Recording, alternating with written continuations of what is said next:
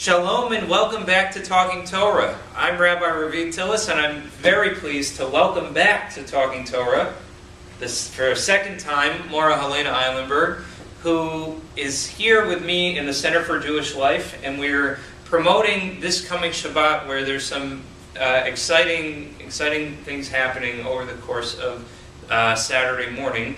One is that I'm going to be in here running the service in the Center for Jewish Life. It's our last CJL Minyan So for the year. definitely come. Wonderful time for family and kids. Warm, welcoming family service. Yeah, and if you haven't heard about it, come check it out. If you've heard about it but haven't had a chance to come, this is your last chance for the year. And if you've come again. And because you know that we like to try to do engaging and intriguing and interesting things here. And special activity for the kids. Yes, there's going to be a very special activity for the kids on Saturday as well. The other thing that's very exciting, that shouldn't be overlooked, that goes in concert with that, is that Mora Helena is going to be giving the sermon on Saturday morning in the regular sermon slot. And so I wish I could be in there, but if I was, then everybody would be like, why aren't you giving the sermon? Exactly.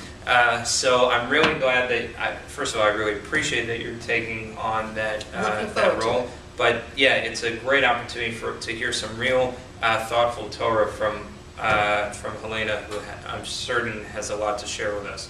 So let's talk a little bit of Torah right now, Okay.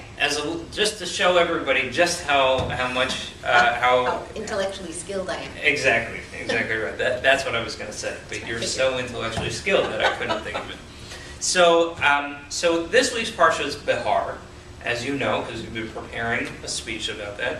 And Behar, the focus of this parsha is the Shemitah and Jubilee years. The Shemitah being every 7 years that the land is meant to lay fallow, and the Jubilee year, which is every 50 years, right after the end of the 7th Shemitah year, making 49, then it should be the 50th year is a Jubilee year, which has its own rules. But I want to talk about Shemitah for a minute. Okay. So I was noticing as I'm reading through the Parsha that it says that the land is meant to lay fallow. Okay? Now, that's a very interesting mitzvah, that the land should lay fallow, because that's not saying don't farm. Okay?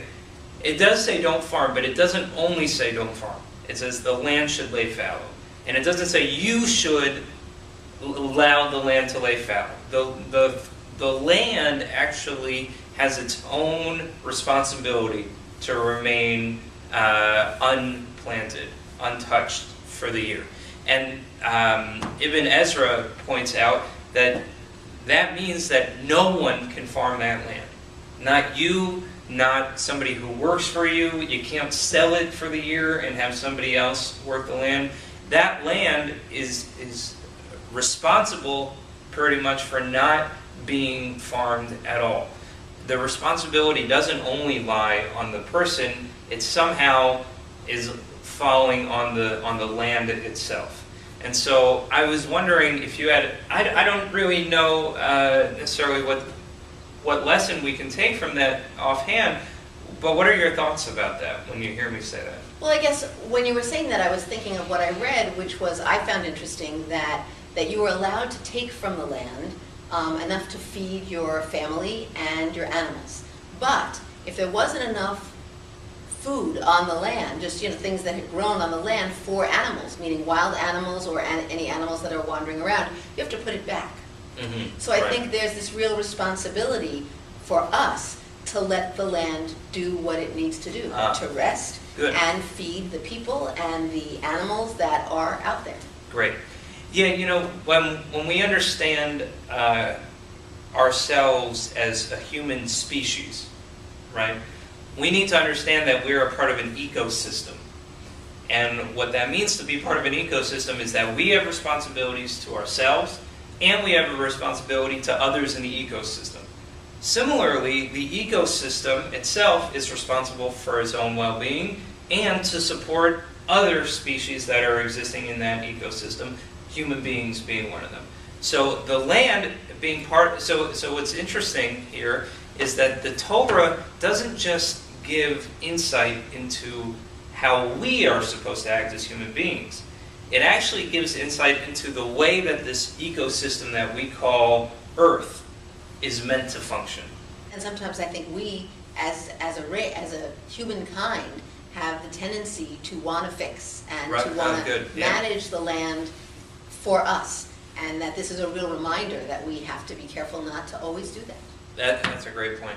That's a great point. Don't we all have that kind of inside of ourselves of fixers, doers, you know? Right. Instead, during the Shemitah year, it's the relax. Right. That would be a good thing. Yeah. Have a Shemitah year. It's a let's all take Shemitah. Sounds like a plan. Even though we're not farming, we should all be exercising the idea of Shemitah. That's a great point. Good. So with that, we'll say thank you again to Mara Helena. One other thing, just a plug, on May 19th at 7:30, we have the production of Joseph and the Amazing Technicolor Dreamcoat put on by our Hebrew High School students. It's an amazing production with a guest cameo appearance by Rabbi Ravid Tilles. So come and see it. It's very expensive.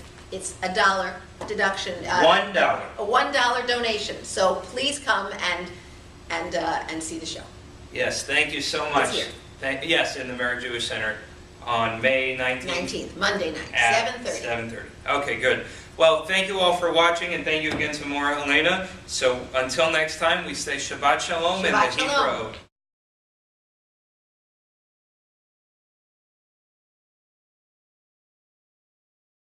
It's Okay. interesting because it also brings back our very first Talking Torah. Right, I know. I thought every time we get together, we end up talking about the earth and greenery. Right, isn't that interesting? Yeah. But we're not wearing green today. Last time, if you Oh, yeah. remember, we were wearing green. Yeah, everybody remembers. I have such I'm a sure. major. There are blogs about our blog. I'm sure.